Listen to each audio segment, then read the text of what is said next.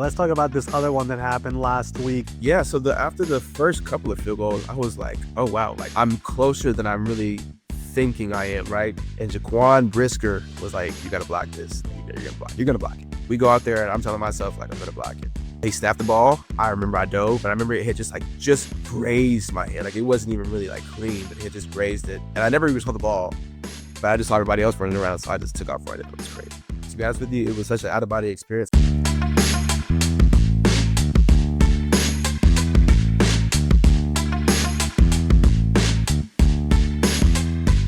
Welcome in. It is the Tuesday, October 7 edition of the NFL Spotlight Show. I am your host, Ari Meirov. We are presented by FanDuel Sportsbook, and Week 5 of the NFL season is officially on the books. We're on to Week 6, and since it is a Tuesday, like it is every single Tuesday here on the show, we have a special Spotlight guest of the week, and this week we're going back to having an active player in the NFL. We will be joined by Chicago Bears defensive back and special teams standout Josh Blackwell, who, of course, in Week 4 had the game-winning blocked field goal, sealing the win for the Bears in that game versus the Raiders in Las Vegas. He was named Special Teams Player of the Week. He's actually won that award now twice if you date back to last year, so 2 times in the last 5 weeks. He won in Week 18 last year, won in Week 4 this year, and his story is a really cool one. He's one of the very best special teams players in the NFL. If you watch football, even if you're a casual fan, I think you've realized how important special teams is in the NFL. The margin of winning and losing so far this year has come down to blocked field goals, has come down to punt returns, has come down to the dynamic kickoff rule. We've had all that going on this year. Josh Blackwell is a key player in Chicago, and this is somebody who was a former undrafted free agent, cut from his first team, claimed by the Bears, now in his 4th season, has become a vital player in Chicago for a team who has now won 2 straight games. So here is my full conversation with the Bears standout special teamer and cornerback, Josh Blackwell. Joining us today here on NFL Spotlight, he is one of the very best special teamers in the NFL, was just named Special Teams Player of the Week in Week 4. He's won it twice in the last 5 weeks. If you go back to last year, he's a former undrafted free agent, now in his 4th season with the Chicago Bears. It is Josh Blackwell. Josh, what's going on, man? How are you? I'm doing well, man. How are you? I'm doing good, man. Not many people are happier right now than Josh Blackwell. What a start of the year for you. The team has now won 2 straight. You're going to be on prime time in your next game on Monday Night Football. And, here on the show, NFL Spotlight, we love spotlighting people's career paths, their journeys. How did they get to where they are today? And we've had several undrafted free agents on the show over the years. I have the utmost respect for you guys because you really have to scratch and claw to make it on the team, get on the field, and you've done that. So I want to start from the very beginning with you because you grew up in Buford, Georgia. You were a football guy, a track guy. Like, what was the goal early on in life? What did you want to do? Was football always the goal? Just take me back early on in life. See, as a kid, I played all sports. I played baseball, basketball, football. Obviously, I ran track. I wanted to do everything at that age. I feel like I wanted to be a professional in every sport. Anybody asked me what I wanted to do, I wanted to be a professional, whatever I was feeling that day. I got to high school and my folks told me I need to narrow it down to 2 sports, and I felt like I was fast, obviously, so track was natural, and then football was my favorite at the time. So at that point I wanted to play Division I football. I didn't know if I was good enough at that time to play in the NFL. Like, I had always wanted to be there, but at that time I was being a realist with myself, and they had, trailer statistics everywhere in high school, like not every, like it's 1% or whatever. So that was a realist. So I was like, yeah, cool. I can get to college and see where I end up and go from there. So started getting some offers to play football in my junior year of high school. So that's kind of where it started. About the track, because you are super fast. You placed 4th in the 100 meters as a senior, 10.96. How much did the track speed translate to the football field for you early on in life? Let me just clarify. 10.96 was my senior year, which was not good. My PR is 10.6. My junior year, I got 2nd. Oh, there we go. Research is not good enough, I see. No, it's okay. That's the name of the game now. You have guys that are 250, 300 pounds running sub 4 sub 5 times. This is just the name of the game. If like you have to be fast at any position because look at Montez Sweat. He's 100 pounds heavier than me running 4.4. So that's pretty scary. So crucial. And I remember that was for my college, my high school coach. I'm sorry, my high school coach. He was like, if you play on the high school team, you have to run track. In a skill position, you have to run track. You have to be fast. And looking back, I'm glad he did it because it paid off. So While you were at Buford in your sophomore year, you won a state championship. What was that experience like, winning it all down there in Buford? And what did that teach you about just a winning culture? it's funny. I tell people all the time now, like when I was in high school, we were so used to winning, we would be more worried about the uniform combinations in spring ball over at Air Force. I'm serious. Like, so that was the standard. If you didn't make it to state, it was a failure, and if you didn't win state, it was the same thing, right? So, we went my freshman year, we won.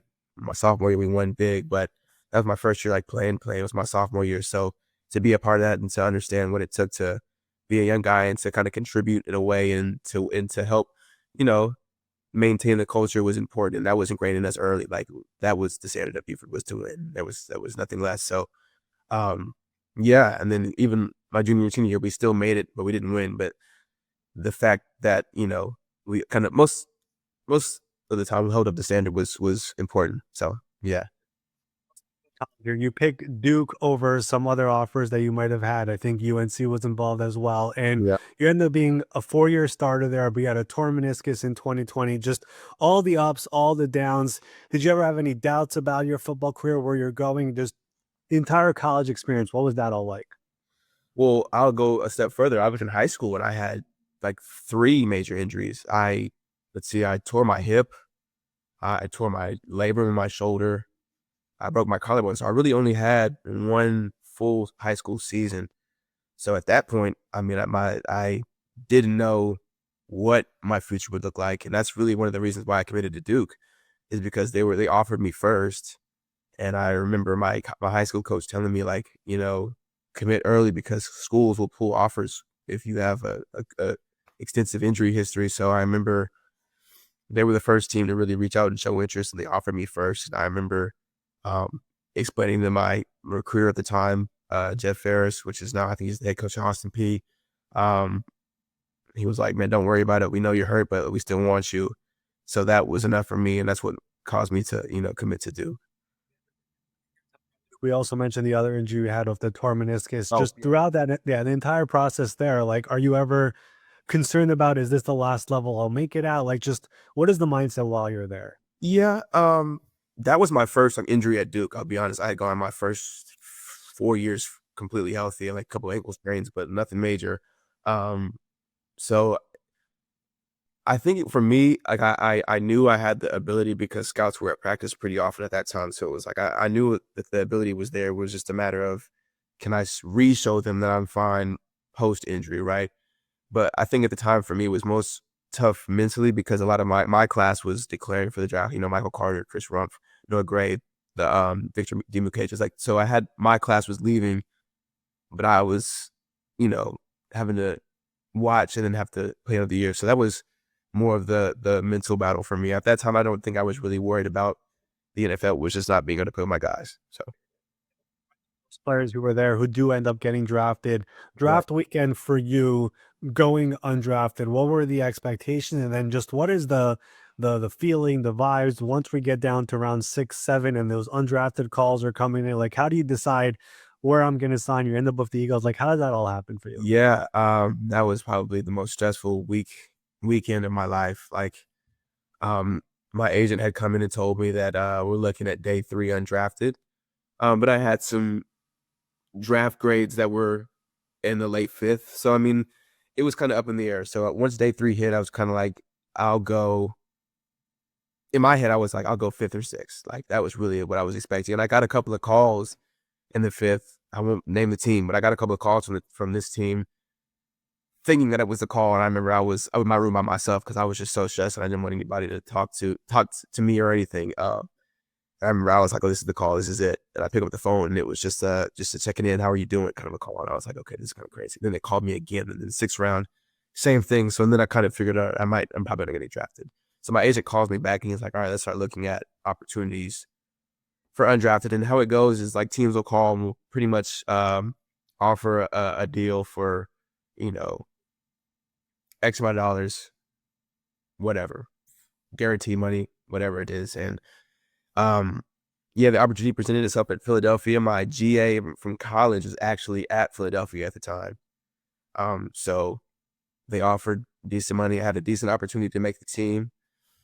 At the time they had Slay, they had Bradbury and Avonte Maddox, and they had a draft pick. So there was 4 true corners they had, and the other 2 were, I think, either former draft picks or they had subscribed to free agency. So it was like you can potentially make it. So that was why we chose Philadelphia alongside my college GA there too, to have a familiar face in the building. So that's how that went. What's like the mindset of an undrafted guy, especially when you think you might go around 5, 6, 7? Do you still carry that chip every single day till now? Like, how does that work whenever you don't get picked and here you are now in year 4 still in it? Yeah, 100%. Like, you kind of have to carry that chip on your shoulder, else they'll just find a reason to get you out of the league, right? The mindset at the time was just to go in and just keep your head down and work and just prove yourself as best as you can. I knew I would be start from the ground up all over again, like I did my rookie year or my freshman year of college, just kind of working your way up the totem pole, but in limited time, right? You only have a couple of months to prove yourself before it's kind of chopping block time. So, I remember I got there and I was so stressed, and it was only 4 DBs I think they signed, and we were all undrafted. And I remember all of us were really stressed, really at the time. But get your opportunities as best you can, and whatever happens, happens, and that's kind of what happened with me. Hey guys, Ari here, and I'm excited to tell you that this NFL season we are sponsored by FanDuel Sportsbook. And if you're a new customer, you could bet right now $5. If that $5 bet hits, you will get $300 in bonus bets. And every single Tuesday here on the show, we have our spotlight guest. We make our pick for Thursday Night Football. So far this year, we're 4-1. We are on to week 6, so make sure to join FanDuel right now. If you've not done so yet, go to FanDuel.com/Ari. First $5 bet hits, you get $300. Yeah, and it's more than just setting a one bet. You can go out there, you can build parlays, bet player props, ride the live lines, whatever your style is. FanDuel has got you covered. Ari, it's going a little deeper into the season. We're starting to get some good idea as to what the trends are for these teams. So you can be a little bit more informed by listening to us. So the real question is, at this point, are you guys ready to play? Head over to FanDuel.com/Ari, A-R-I. Sign up right now. You'll get $300 in bonus bets if your first $5 wager hits. And let's make our pick for week 6, Thursday Night Football. Here we go. Yeah, Ari, NFC East showdown on TNF with the Eagles heading up the I-95 to take on the New York Giants. Philly is a 7.5-point favorites in this one, which seems like a lot until you remember that the Giants are coming off a double-digit loss to the then winless New Orleans Saints. So do you think that the Giants are going to be able to compete this competitive and cover that spread? Yeah, I'm actually really looking forward to this game. Both these teams coming off a loss, NFC East showdown, like you said. I think the Eagles are going to go into this game, Saquon Barkley once again returning to MetLife Stadium for the first time in prime time. Last week versus the Broncos, just 9 touches in the game. That's got to change. I know the Eagles had all this drama with get the ball to the receivers. I think they realized, let's just do what's working here. I think they're going to go back to that here in this game versus the Giants, and I'm going to have this Eagles team beating the Giants and covering that number. I think Jackson Dart is going to have a great career in the NFL. I also think losing your superstar receiver after a half of football is going to hurt him. And of course, we saw that on Sunday versus the Saints in the Superdome. So that's an issue. That's going to be tough. Going up against this Vic Fangio defense is no easy task, especially for your 3rd career NFL start. So I have the Eagles winning, getting back on track, and covering the 7.5 number. All right, guys, you have heard it here first from Mr. Ari Meirov, who has had quite a bit of success this year. So if you're not already tailing Ari with all of these great Thursday Night Football picks, I don't know what you're doing. So head over to FanDuel Sportsbook. First $5 wager hits, you get $300 in bonus bets with America's #1 sportsbook, FanDuel. Well, you go through all the OTAs, rookie mini camp, training camp, and eventually it gets down to roster cut down day. What were your expectations for that day? Did you think you'll make it? I know they did release you, but like, what was your thought Yes, process that day, which is a horrible day around the league? yeah. Oh, it's terrible. So my rookie year was the last year that they did the cut down. So it was 90 to 80 to whatever it Correct. was. So it was really every day it came around. It was like, all right, let's just get to the next cut day, right? So I actually got cut twice from Philly. I got cut twice. So I got cut after the second cut down. I got cut. They had traded in for another player in free agency, and then they ended up trading him for draft picks. So I was really just a pawn in the little whole movement thing. So they brought me back. I played the last preseason game. And at that point, I remember, because I was talking to some of my buddies, I was like, I think they want me back. Like, just the ignorance of being a drafted guy. Like, they want me back for real. Like, they brought me back. And I played the game, and I remember we were about to go out for practice, and I was on Twitter like everybody is, right? And I see that I got cut, but nobody had told me that I got cut. So I was Oh my like, God. that's weird. I remember going around to the vets like, what is this? Like, so I had a full day of practice, went all the way back to the hotel at like 5 o'clock. Then they were like, Howie wants to see you.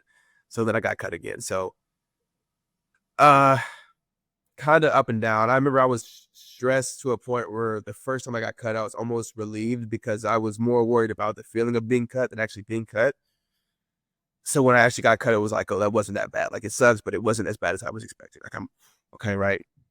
Call me back, and I'm like back up here again. I'm high. I'm like, oh, great, I get to be on the team. And then they cut me again. And I'm like, oh, crap. Like, now I was like, now I don't know what I'm doing, right? And I remember my agent was super calm about it. He was like, you'll be fine. Like, teams are going to call. Like, he had teams in the beginning, so teams are going to call. And sure enough, I went to the waiver wire, got waived, obviously. And then sure enough, the next morning, Chicago claimed me, and the rest is history. What does it mean when you go on the waiver wire and you get claimed? Like, what in the world does that feel like? Who tells you you're getting claimed? Like, how does that all work? Because I don't think we've had a lot of undrafted guys, including a teammate of yours, TJ Edwards. I don't think we ever had somebody who got claimed. Like, what's that process of that happening? Yeah, so the best way I'm describing it to people, that, to my knowledge, is like, it's essentially like you're in this transfer portal, if you will, to make a parallel. Like, you go in this big pool, right, for 24 hours, and all 32 teams have the ability, or 31 other teams, let's just say, have the ability to essentially grab you from the pool, right? And I guess only in that 24-hour window you can get grabbed, and otherwise then you become a free agent again. So I think like a couple hours in Chicago, and we had offers to be on the practice squad at other teams, but my agent was like, let's hold off. Like, I think you'll get claimed. And sure enough, it happened. So. And once you get claimed on the active roster, you get paid as an active roster Active player. roster. Yep. And that's Fantastic. another thing I'll say. So I didn't know that. I had no idea. So I remember I called my dad, like, yeah, I'm going to be on their practice squad in Chicago. They just claimed me. And he had already talked to my agent. He was like, what are you talking about? And I was like, yeah, like, I'm going to be on the practice squad. He was like, no, like, you're going to be active. And it's like, no, I guess not true. But he didn't know either. He was just as, knew this as I was. So he called back and was like, is he going to be active for practice squad? And then he called back and he was like, no, you're active. Then my agent called and he was like, dude, you're active. So I was like, oh. So, yeah. And then I ended up playing that first week, and yeah. Yep. As you said, the rest is kind of history. I want to talk about your time here in Chicago because you've played on defense. You've had your moments there as well, but you've really carved out this niche as a special team standout. Just first question is, how much pride do you take in excelling there? Because that's really how, for guys who are on the bottom of the roster, if you want to make it, you got to be good at that. And you've really done it. Like, how much pride do you take in that? A lot. And I appreciate that the opportunity that they gave me on teams, right? And I tell every undrafted rookie that comes into the building, I'm like, listen, like, there are 31 other teams that are looking at the same film. Like, make the most of special teams, dude. Like, because they already have their draft picks, their players right now.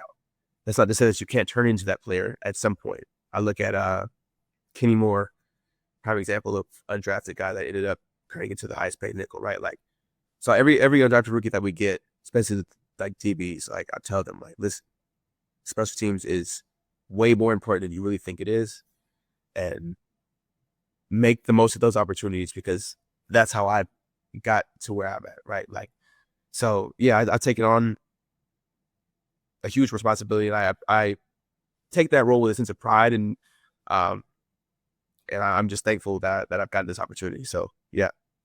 I do want to ask because like fans sometimes think of special teams as like a third phase, an afterthought, or whatever it is. But this season, especially, we're seeing how important it is, and Yep. it's could be the margin of winning and losing. Just what is something that fans don't realize about a special teams guy that goes into the detail of preparation week in and week out? Like you mentioned after the blocked field goal, like you got a bit of a tip from the long snapper, like Yeah. those little things. Like what do fans not realize about special teams? Yeah. I mean, like you said, I think we can literally see it in this season. Like special teams literally wins and loses games, whether you think it or not.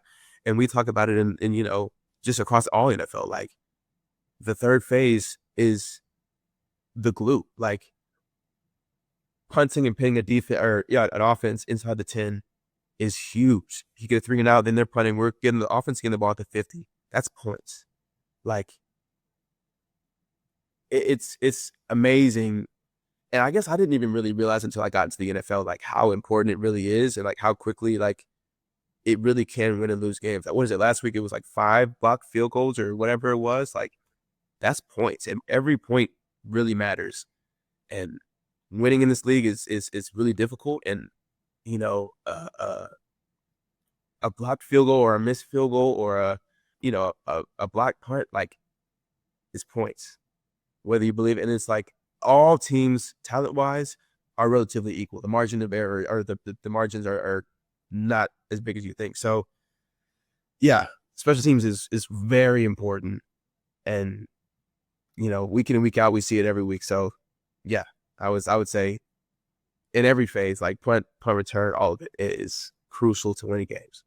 I'll ask you about a couple of your plays here in a second, but I do want to ask you about your special teams coordinator, Richard Hightower, who has been with you from the beginning. And I think it's important to know that with a new coaching staff coming in, Ben Johnson retained him. Just how important has he been for your career, and how close are you to him as the special teams coordinator, who, in my mind, I think he's one of the very best in the NFL? Yeah, no, he's special. I love HT. That's my guy.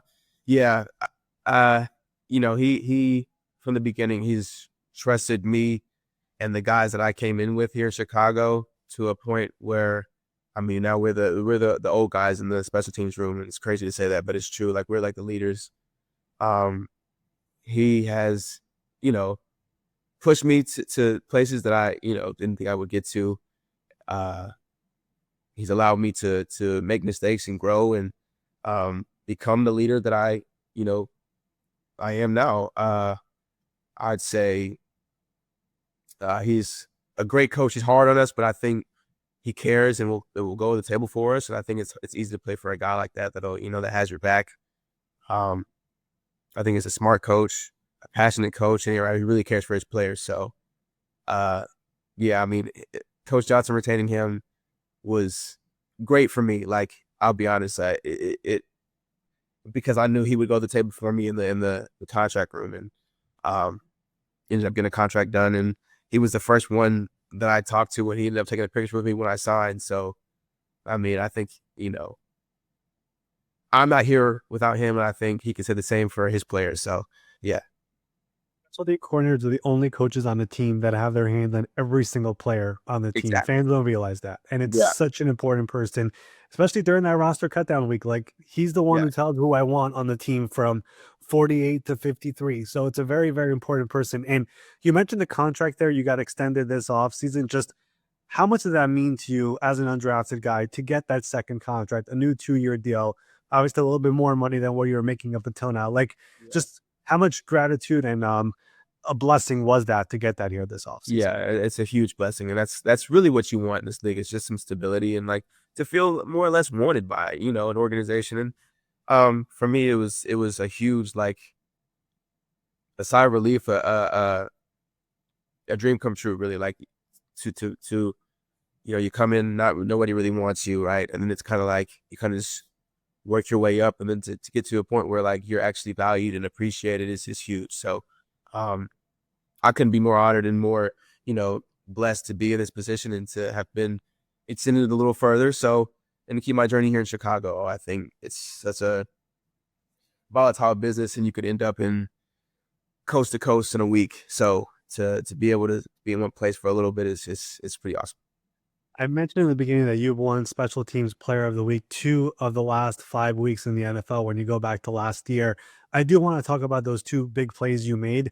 Let's go back to last year. First of all, the final game of the 2024 season, the punt return touchdown versus the Packers. It was one of my favorite plays from last year because as me growing up, I'll never forget the Devin Hester, Johnny Knox play in Chicago, and that's exactly what it looked like. Yeah. Could you just take me back to that play, the preparation to make that happen, and like how does that all unfold for it to actually happen in the game? Yeah, dude, we had been working on that play for a couple of years, actually. Like, I think Wow. just my second year, we had been practicing that play just for the opportunity.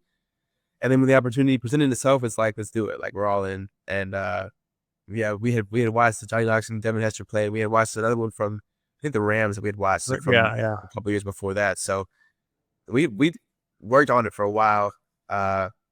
And finally, when it presented itself, we were like, let's do it. And then, I mean, I just couldn't believe it worked as well as it did. It was kind of crazy. Like, I was like, you know, like everything has to go right. He has to kick it to the side. You know, DJ has to fake out to the left, perfect, and get by the eyes of the gunner. And I mean, it couldn't have worked out any better. The punter was the only one that saw it, and by the time the rest of the team saw it, it was too late. So, but I remember I was dead tired. Like it's a 4-yard sprint backwards, tracking the ball. Then you catch it, it's like, and then I took off running. By that time, my legs were fried. So I'm just glad it was pretty much in these plays. What's the reaction like on the sideline once you get back there that this actually succeeded? There were no penalties on the play, which I think one of those 2 that we mentioned did have one, so it didn't work out. Just what's the reaction of it actually working and getting back to the sideline? It was electric, dude. It was I think Kyler was the first one to like meet me on the sideline, but the guys that were in the play were like all over me on the end zone, and they were like, "You got to jump in the stands." But I was so tired, I just couldn't even do anything. But it was awesome. Like, we got to celebrate together. I remember I had to get on the oxygen tank because I couldn't breathe. The air was so cold and thin. Like, oh my God. But yeah, it was just like it was like we did it. Like, it worked. This is a testament to the work that we put in over the years. And now let's go get this win. So yeah. Of course, the Bears won that game in Green Bay. Let's talk about this other one that happened last week. This lining up for the game-winning field goal over 50-plus yards. Just take me through that play. And like you mentioned that you came close a couple times in that game. So like just what was the thought process in that game winning one, and what did you see to make it possible? Yeah, so after the first couple of field goals, I was like, oh wow, like I'm closer than I'm really thinking I am, right? And I think by the third kick, I'm like, he has a consistent routine, and I'm gonna jump the routine. I'm gonna just jump. And the third one was, I think, probably the closest one I probably should have gotten as well. Like, I was really, really close with that one. So we give up the kickoff. That was, I guess I got it like out to the 40, 45 maybe. And HT, Coach HT, our team's coordinator, was looking at us like, we gotta, it's gonna come down to us. Like, the defense will get a stop. It's gonna come down to us. And Jaquan Brisker was like, you gotta block this. You're gonna block. You're gonna block it. You're being too close to block it, right? So we go out there, and I'm telling myself, like, I'm gonna block it. I have to block it. And sure enough, and this time I was like, I'm gonna have to. I have to jump in. Like, I have to jump it perfect, or else. I think the kicker was like, he like barely misses. I feel like, I don't know. He's really good. He's like super, like, I don't know, consistent.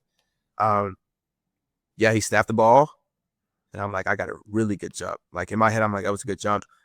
I think even on the film, like, by the time I'm like up and going, I think half the line is still kind of like coming out of their stance. It was a really good jump, and I remember I dove, but I remember it had just grazed my hand. Like, it wasn't even really like clean, but it had just grazed it. And I never even saw the ball, but I just saw everybody else running around, so I just took off running. It was crazy. So, it felt like the entire team had a feeling this could happen based on the reaction. And when it actually happened, when everyone is going nuts, just what's going through your head as you see, when you see all that? Right. To be honest with you, it was such an out-of-body experience. I don't know what was going through my head other than like, just run. I was running. I sure just blackout. It was just like, this is crazy. But I'm glad it happened because, you got to beat the status quo, right? The status quo before this year was the Bears can't finish tight games like that. So to finally, get the quote unquote monkey off your back was good. Now, in the locker room, you get a game ball. Just the energy feels different than this year. Do you feel the same way? And just 100%. being with the new head coach and Ben Johnson now winning 2 straight games, just the overall vibe, do you feel it being different? And how did that feel in the locker room after that win? Yeah, 100%. Like, Coach Johnson has done a good job with just like preparing us, really. Like, I think like with training camp, and just being like a leader of men. Like he came in, was really personable, was really energetic, and was like, there's a standard that we have to upkeep, and we're gonna upkeep it. So, all the way up to the season, like even in the losses, the first 2 losses, he was like, we're fine. Like, we put the work in, we're fine. We're gonna find our shot, and when we find it, we're gonna just keep sacking them. So in the locker room after the game, he was just like, this is the proof that like what we're doing is not only good, but it's gonna win us ball games. So to receive the game ball from him was special. And it was like, from the team, was special. And I'm just thankful to be a part of, this journey that we're on. Yeah, and again, it's just a testament to the work that we put in. So I'm excited to where we're going, and was extremely excited to be a part of that. Did you always know that he is that super intense and his attention to detail is down to the point? So, like, did you know that when he got hired, and were you surprised that he has that in him? Because like even the locker room, like him, the way he's celebrating, like nobody ever saw that side of him until now. Yeah. I'll say no. I didn't know he had that until he got here. But I had only seen pictures of him. He was in Detroit. I never got to interact with him. I never met him before. So, and it's funny, when I met him, I was wearing a Duke shirt, and he went to Chapel Hill, UNC. And I remember he walked up to me. He was like, ugh. And I was like, and then it hit me like, oh, you went to Chapel Hill. Okay, it makes sense. So he's just super personable, but I never know he was this energetic, fun, competitive dude. He really is that. He just exudes that every day that he's in the building. So. Yeah. My last couple of things here before I wrap it up. This is your 4th year in Chicago. You guys have won 2 games in a row. You've mentioned the energy feels different. Just how sweet would it be just to have winning in Chicago, and you could continue? Like, you see those fans, they're crazy. Like, how cool would it be to have some winning here going the rest of the year? That's like our biggest drive, is the fans, dude. Like, you win a game around here, it's like, you know what I mean? Like, I am amazed at how they still like appreciate, the 85 team, the 2006 team, the 2010, 2018. Like, they still talk about these teams, and it's like, dude, like, we could do that. Like, we could be that. And then some, like, I think the city is incredible in that regard. Like, this is a true sports town, and they appreciate their teams and their players, how hard they put their bodies on the line to win for the city. Like, so that's like a huge like drive for us. So yeah.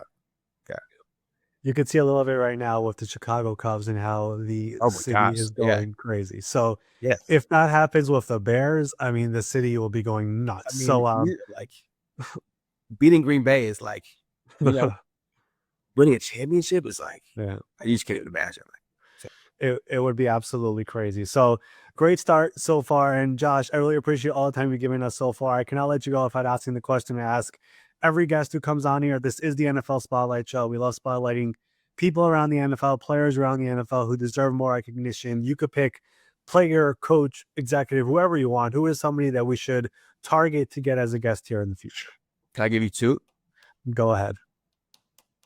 All right, for the Bears, I know fans are already knowing he's not healthy right now, but Austin Booker. Stud. And then another one is a former Bear, but watching him play the game is like, he has it. And I'm telling you, like, you give him a couple years to be the highest paid, is Reddy Stewart. The nickel for us last year, had 2 picks in Kansas City. Dude has like it. Like, and you can see it. He just is a baller. So I love it. You that was- know the concept of the show. You know exactly the type of players we're trying to get here on the show. And those are two fabulous picks. Booker, by the way, once he gets back on the field, I know he won in the third round. The guy is a sack machine. I mean, yeah, he is super. He was going to be really great. So awesome picks there. Love it. We're going to work. We're going to try to work on getting both those guys here on the show. Josh, I want to thank you for coming on, talking about your career path, your journey from the start to where we are today and all the success you've had. You're an inspiration for a lot of players in the league who go undrafted and try to make it and maybe struggle. You were able to do it. Continued success, man. Best of luck here on Monday night versus the Washington Commanders, and we're all rooting for you, man. I appreciate it. Thank you for having me. Hey guys, it's Ari here, and I'm excited to tell you that we are. I messed up one more time. Hey guys, one more time. Hey guys, Ari here, and I'm here to tell you that we are so excited to be working with our friends over at Root Insurance. Root Insurance believes that good drivers deserve better rates. So they have created a new kind of car insurance that rewards good drivers in an easy-to-use app. All you got to do while you're driving, they analyze your data from your smartphone sensors. After a few weeks, you'll get a car insurance quote based primarily on your driving. Yeah, and you can even test it out before you switch, which is, of course, super helpful. It's a great way of knowing what you're probably going to be paying based on your driving, which honestly, we all could use a little bit of feedback. We're not always the perfect drivers every single time that we get behind the wheel of the car, but this can help us be a little bit better. And you know what? The app is great because, it's a little bit more than just those sensors. It is a great program just to be able to easily edit your coverage, update your policy, or even just file a claim in a few minutes. Get started today by visiting root.com, ROOT.com, and learn how you could save for good driving. Special thanks to Chicago Bears defensive back and special teamer Josh Blackwell for being our special spotlight guest of the week. A great conversation there. And, I enjoy every guest that we get on the show, player, coach, executive, current, former, old, young, whatever it is. There's a special joy for me whenever it's the undrafted guy who really had to scratch and claw and find his way into the NFL, making a roster, like being the back end guy of a roster, the 52nd, 53rd player where you're cut and brought back and practice squad and this and that. Is my career over? Will I make it?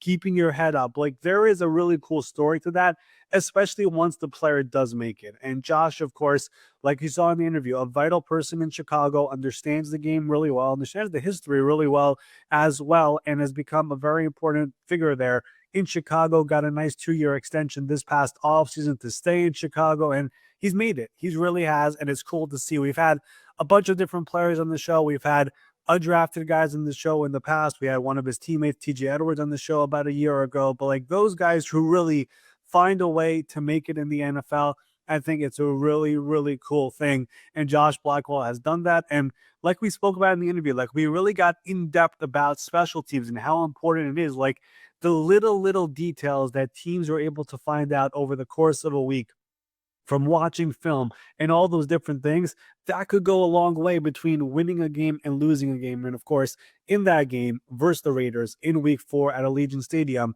he had a bit of a tip from the long snapper about how they operate, and he was able to jump the snap, get there, block to field goal. That's a win. Instead of being 1-3 going into the bye, they are 2-2, riding the momentum and getting ready for a prime time game coming up of here in week 6 versus the Washington Commanders. We all know how that game went last year with the Hail Mary at the end. That's when the season completely spiraled out of control in Chicago. They're hoping for different things this year with the new head coach and Ben Johnson. And we're going to be seeing Josh Blackwell on Monday night as well. So special thanks to him for coming on the show. As always, please make sure you rate, review, and subscribe to the show. If you have a guest who you think we should get on the show, player, coach, executive, somebody who deserves more spotlight, somebody who is underappreciated, could be from your team, could be from a different team. We all follow the NFL very closely. It's the ultimate team sport. There are many people within an organization who deserve more of a spotlight. We want to get them on the show. Leave a comment. Let me know on X. You could private message me, whatever it is. If it makes sense, I'll go out there and try to make it happen, reach out to the people who need to know about it, and we'll get them here on the show. But that will do it here for our Tuesday, October 7th edition of NFL Spotlight. We will be back here later in the week talking more NFL, looking ahead to week 6, and anything else that happens in this incredible sport that we call football. We will see all of you here later in the week.